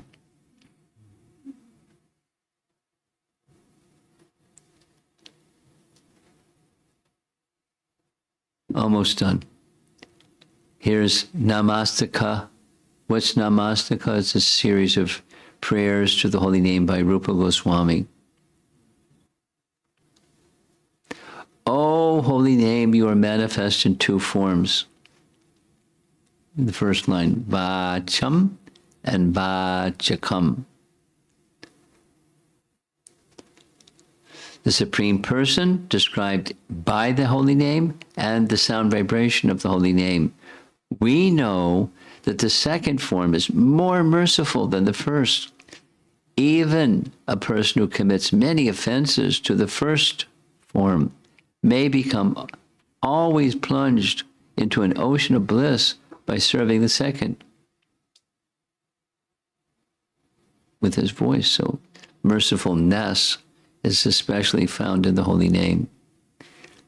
Last verse for this session. Sukadeva Goswami speaking. All the gopis headed by Mother Yashoda were bound by maternal affection. After they thus chanted mantras to protect the child, Mother Yashoda gave the child the nipple of her breast to suck and then got him to lie down on his bed. Now this is after the whole Putana scene. She's giving him shelter. Vishwanath's commentary. The gopis, being bound by maternal affection, completed the rituals for protection. After offering her breast to Krishna and seeing him happily sucking her milk, Yashoda could understand that Krishna was in good health. Then she lay Krishna down to sleep.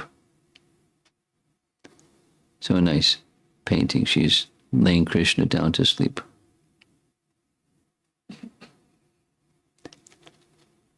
The gopis always remained in Yashoda's house as nurses because of their affection. They engaged in various activities there because of great eagerness for the Lord. Yashoda showed her natural affection as a mother by giving her breast. This is also a customary way of seeing if the child is in good health.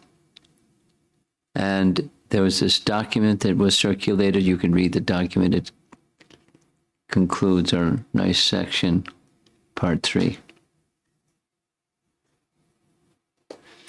So you've all been very patient, somehow or another. We made it to the end of part 3. See if there's some discussion. Those of you that came late, I encourage you to listen to the beginning part, because the beginning part was not just reading stuff. It was explaining some interesting thoughts on how to take proper advantage of these commentaries and how to understand what Krishna is doing when he enters the world and performs his pastimes. How to understand it in the context of ancient texts. In other words, it's not just. In other words, we all have faith in the Vedas. We wouldn't be here if we didn't have faith in the Vedas. We'd be off doing something else. Because there's faith in the Vedas. How much understanding we have of the Vedas? We have in principle faith in the Vedas, and there's a reason, because it's from Narayana. Just this morning, I was listening to Prabhupada explaining why creation. Now, one explanation of why creation is people wanted it. And then another explanation is Krishna is providing, through creation, an opportunity through the Vedas to regain our natural position, because we got distracted somehow, and here we are, trying to enjoy that which isn't enjoyable, trying to enjoy something separately from Krishna, which isn't at all enjoyable. So creation is there along with the Vedas, because with creation comes, it's in Bhagavad Gita, along with creation comes this sound vibration of how to make connection with the source. How to do that. The Vedas provides that understanding. So we have faith in the Vedas because it can connect us again to our original nature. But our understanding is less than perfect. And therefore, the Vedas have a section that explains the Vedas. That's the Puranas. I mean, the Puranas are histories, but they're also to illustrate through historical events what's the understanding within the Vedas that we may not understand otherwise. It reveals the truths of the Upanishads and the Shruti mantras.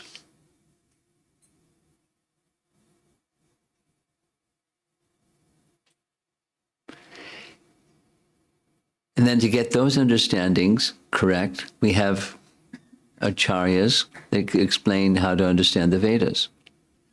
And then we have Lord Chaitanya, and particularly Rupa Goswami. We discussed this earlier. And how Rupa Goswami is revealing truths about the process of connecting with Krishna that was never explained before. I mean, it's not only possible, it's a fact that in other sampradayas, other than amongst the followers of Lord Chaitanya, persons have become pure devotees. There's pure devotion, pure bhakti outside of the followers of Lord Chaitanya. Yet, the special gift amongst the followers of Lord Chaitanya is this profound understanding of rasa, given to the world by Lord Chaitanya through Rupa Goswami. And details and details and details and details and details. So you can't get lost in the detail, but the essence is the sweet reciprocation of loving dealings between Krishna and his devotees, and even the Putanas, and the Trinavartas, and the Dhenukasuras, and the this ones and the that ones, and Krishna's giving his mercy to them too.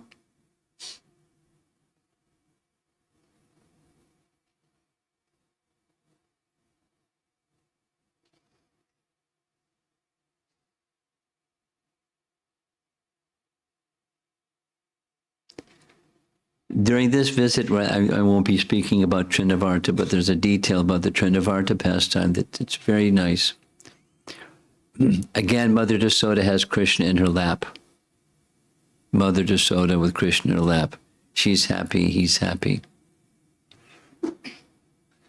All of a sudden, Krishna in her lap becomes so heavy, she can't bear the weight.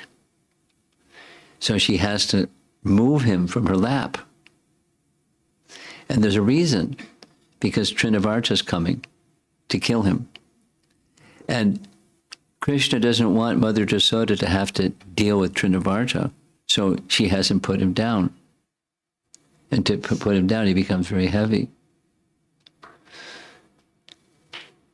So then, when Trinavarta comes to try to take Krishna away, Mother Yasoda is not disturbed. Then he can go with Trinavarta and go for a ride up in the sky and have a nice time, and then become very heavy, and Trinavarta comes crashing to the ground. And it's just pastime. Liberating, as he, Vinashaya Chaduskatam. He promised, and he's keeping his promise, and some of these Duskritis are really wild fellows or ladies. So, very creative ways of performing pastimes. And then when Krishna comes crashing down, holding on to the neck of Trinavarta, everyone panics. Oh no, what's going on?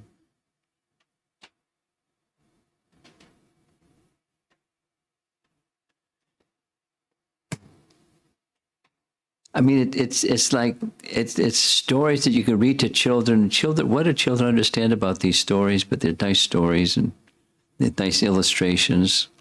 Favorite is coloring books.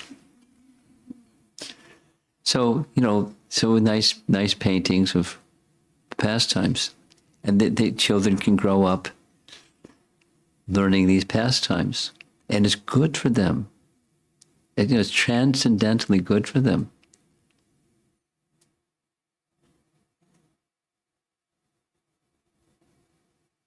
There's a nice description when Sanatana Goswami was a young boy.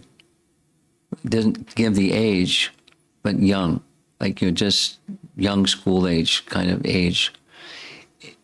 One evening he had a dream. In his dream, a Brahmana came in his dream and gave him Srimad Bhagavatam. This is before there's printing presses and BBT and the whole thing. Of Srimad Bhagavatam, gift, in his dream. And he woke up and he was like astonished at what the dream was. The next morning, the very same Brahmana that appeared in his dream came and gave him a Srimad Bhagavatam. It was like, wow. And so from that time, for the rest of his life, he was reading Srimad Bhagavatam. Became a profound lover of Srimad Bhagavatam. And another little appreciation, and I'm going to end.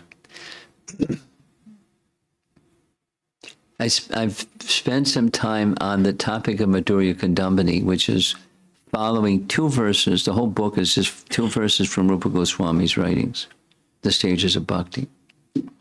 And the person who wrote that book, The 9 Stages of Bhakti, was Vishwanath Chakravarti Thakur. And Vishwanath Chakravarti Thakur, when he was a young boy, he went to school, Brahmin boy, went to school, learned Sanskrit. When he was 16, he had already written 3 books. And all 3 of the books were commentaries on the writings of Rupa Goswami. 16. So what to speak of when he became mature? Bhakti Rasamrita Sindhu, commentary. Bhakti Rasamrita Sindhu is not an easy book to understand. Commentary. Ujjvala Nilamani. What's that? That's 201.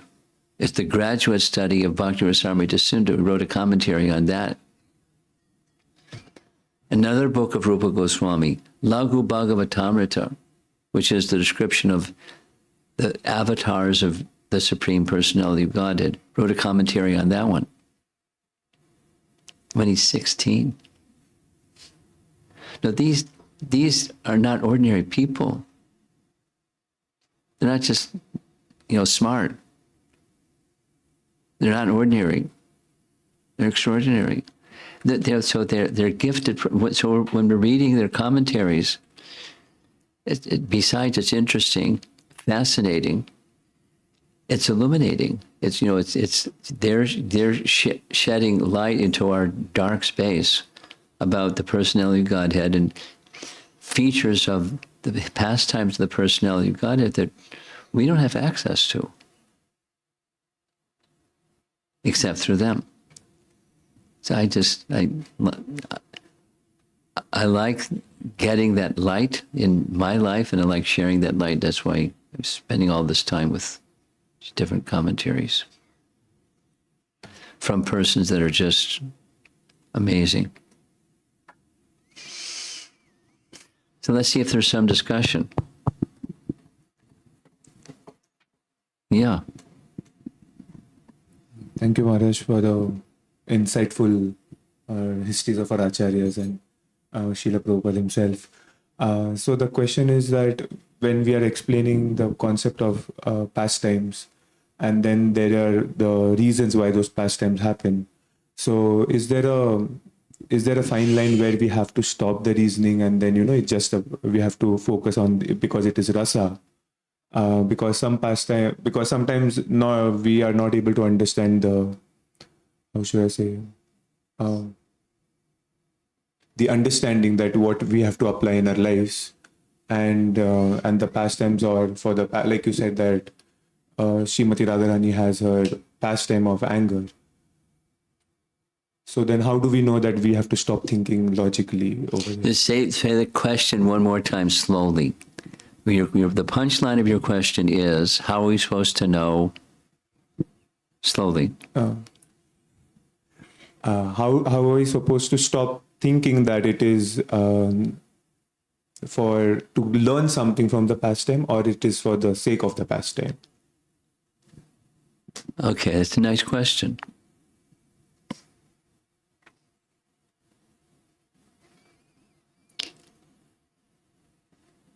Let's say 2 or 3 things.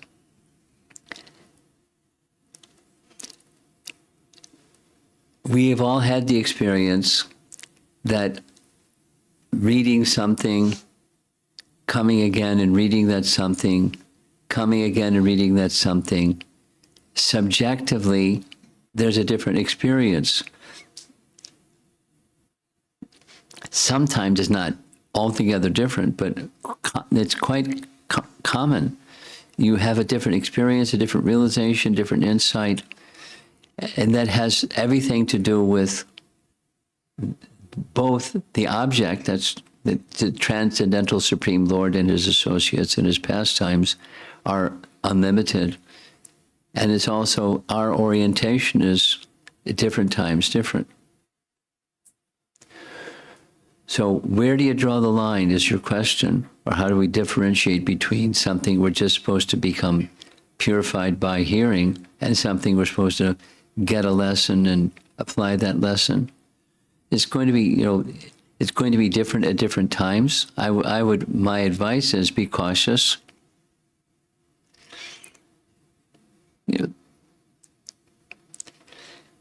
Because not cautious means I may think I've got an idea and may get all carried away with that, which I think is an idea, and it may be a misguided idea.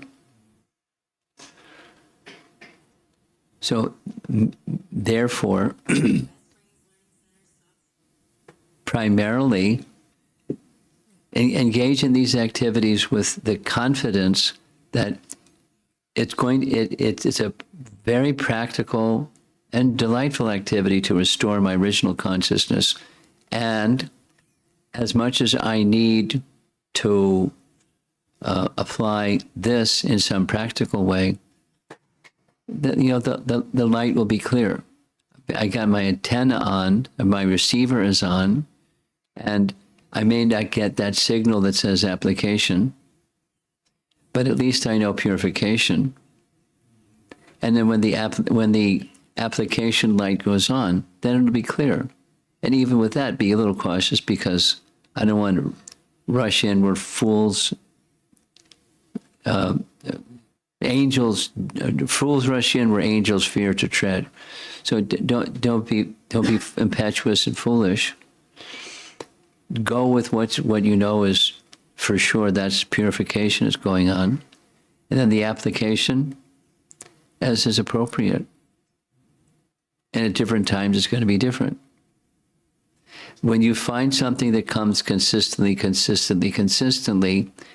and especially you can get some confirmation from an acharya-like personality, then the application has its place.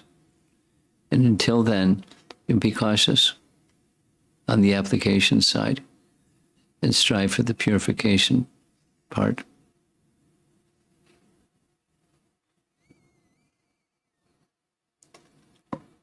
Something else? Yes? Hey, Krishna, Maharaj, I had a question. So Maharaj, we started off today by looking at how Putana was in the previous birth, Bali Maharaj's daughter. And she had firstly the favorable desire that she should be the mother of Yes. Krishna. But then soon after, she had the unfavorable desire that she should kill that same person. So I'm thinking from when we do sadhana bhakti, I mean, I have so many subtle non-favorable desires, unfavorable desires.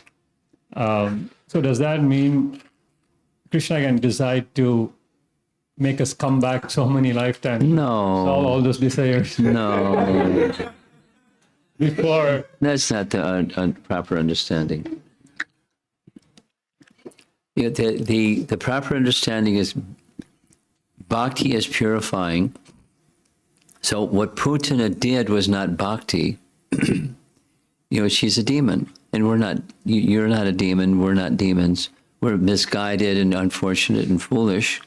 Yes, but that's par for the course in this age of Kali. So the dispensation for us is the purification process.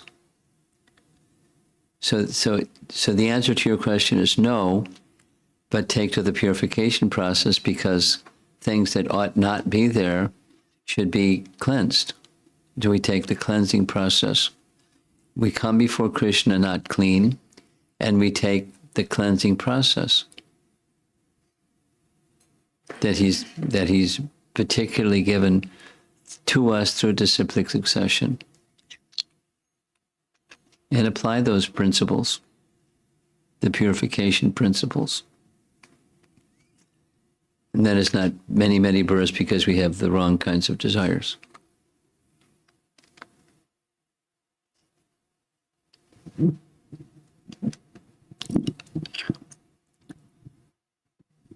Just a curiosity question, Maharaj. There are so many of these, like the Satsandarbhas, Ananda Vrindavan Champu, Gopal Champu, and all of those books. So I'm assuming all of them were in Sanskrit when it was originally written.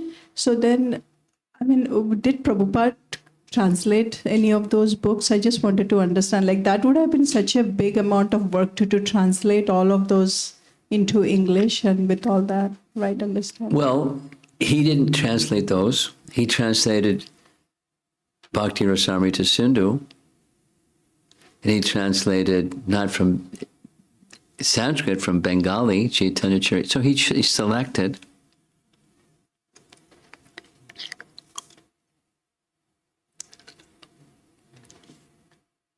And then he left, instructions for others to work on these other literatures. Like say Gopi Pranadhana Prabhu. He was, I don't know, a scholarly type of personality from his growing up. And he was, my understanding is, I don't know if he got a direct instruction from Prabhupada, he's a Prabhupada disciple, but to develop that skill and serve the Vaishnavas. So that's what he did. There's a general, I don't know if there was any specific personal instruction to him, but general instruction. These literatures should be translated. It's right in his books, and he would say it otherwise. So with fidelity, he made those, Gopi Pranadhana Prabhu translated some very elevated literatures, for example, and did, superlative job.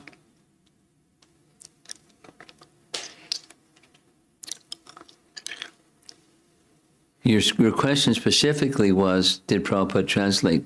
He instructed others to translate, and they did. And there's different renderings by different translators. Thank you. For your information, that, anyone in the room, there's a BBT division. I happen to know about it because Devamrita Maharaj discusses this topic with me from time to time. There's a division of the BBT, at least Australian BBT, where they are contemplating working on translating into English and making it a BBT publication of different works. I didn't find out from him if they completed it, but there was an idea to translate Jaiva Dharma, which is a retelling of 3 very important books in Bhaktivinoda Thakur's own Bengali language.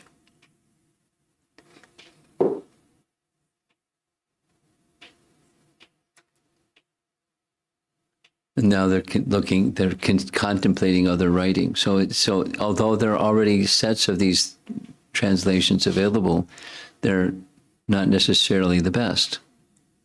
So what's a nice devotee supposed to do? Go to the not the best,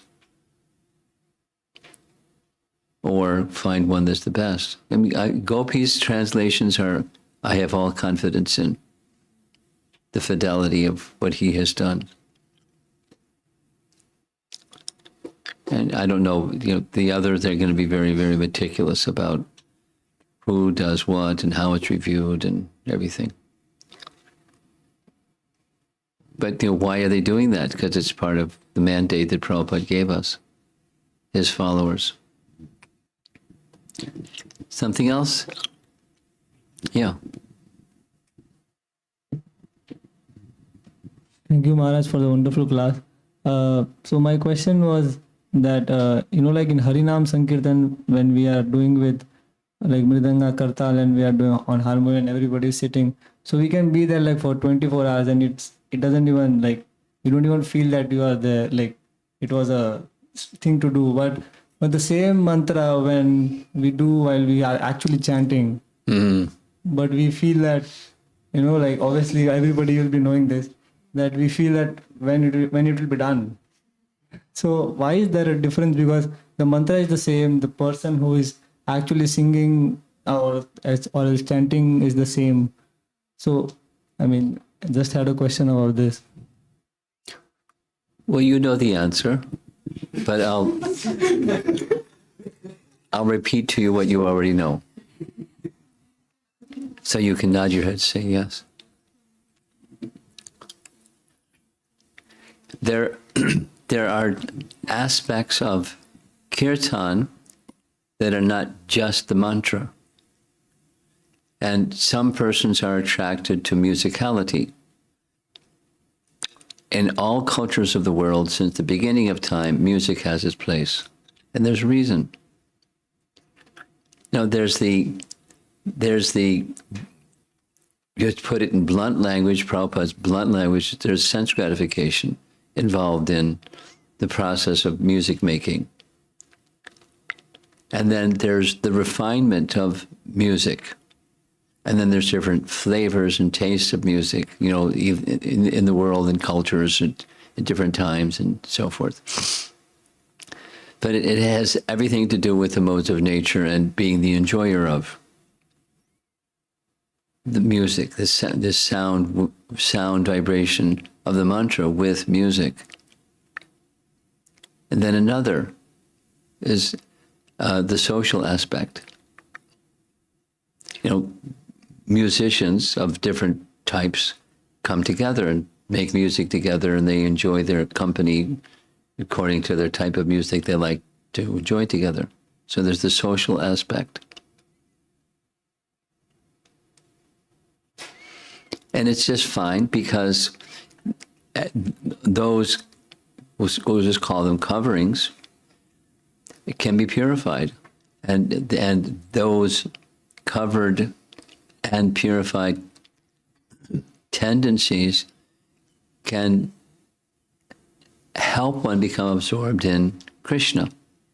They can be a distraction, or they can help one become absorbed in Krishna. So the reason is because of the the material elements. And so, is there such a thing as spiritual music? Yes. Is there such a thing as spiritual association with others? Yes. And the idea is then to spiritualize those things which we're otherwise attracted to,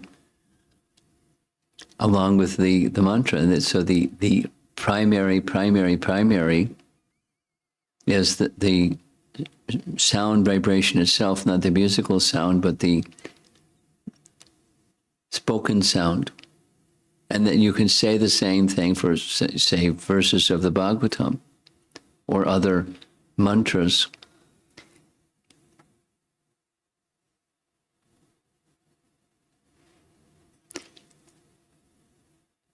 It can be a distraction, but it also can be an enhancement to get to the heart, which is the sound of the mantra, with or without the music.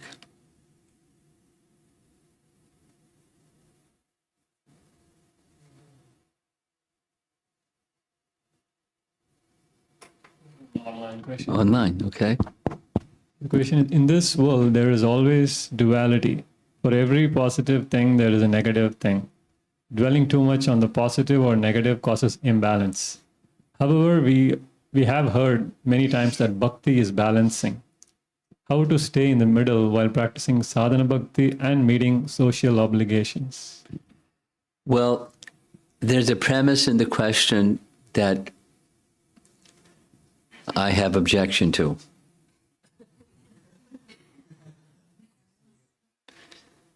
Now, again, I'm going to get on my little soapbox and do my little soapbox speech. I don't like the word balance. Balance means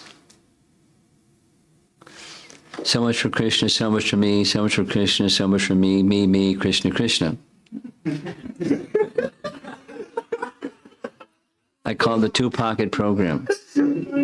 And bhakti isn't a two-pocket program. Bhakti is a one-pocket program. Krishna, Krishna, Krishna, Krishna, Krishna, Krishna, Krishna. Hey! Krishna, Krishna, Krishna, Krishna, Krishna, Krishna. Rama, Raghava, Rama, Raghava, Raghava, Rama, Raksharam. Krishna, Krishna, Krishna. It's a one-pocket program. So there's a premise built into the question that I have some discomfort with. It's how to spiritualize or Krishnaize everything, and that's our lives as sadhakas, in gradual. And the how-to is gradual. And gradual is where it's sustainable. Like how much do I eat, or how much do I sleep, or how many rounds do I chant, or how many something. And we try to have a core of that which is the directly spiritual, and then that core is to gradually spiritualize the rest, so that it all becomes the one-pocket program. It's to move in that direction. It's not a balance between this versus that.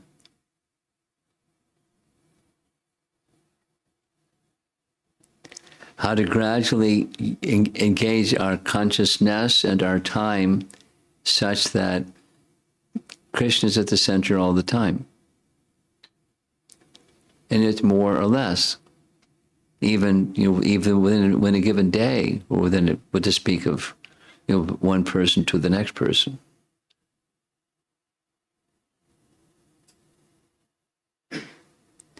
That's sadhana bhakti.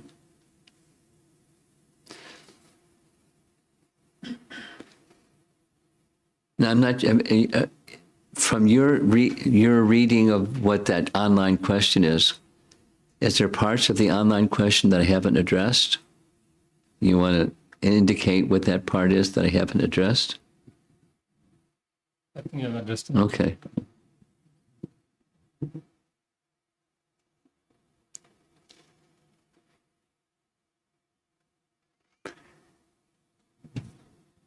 Haribol, Srila Prabhupada ki Jai. Jai. And it's a Kadasi. And fortunately, in Vrindavan, the Mahaprasad of the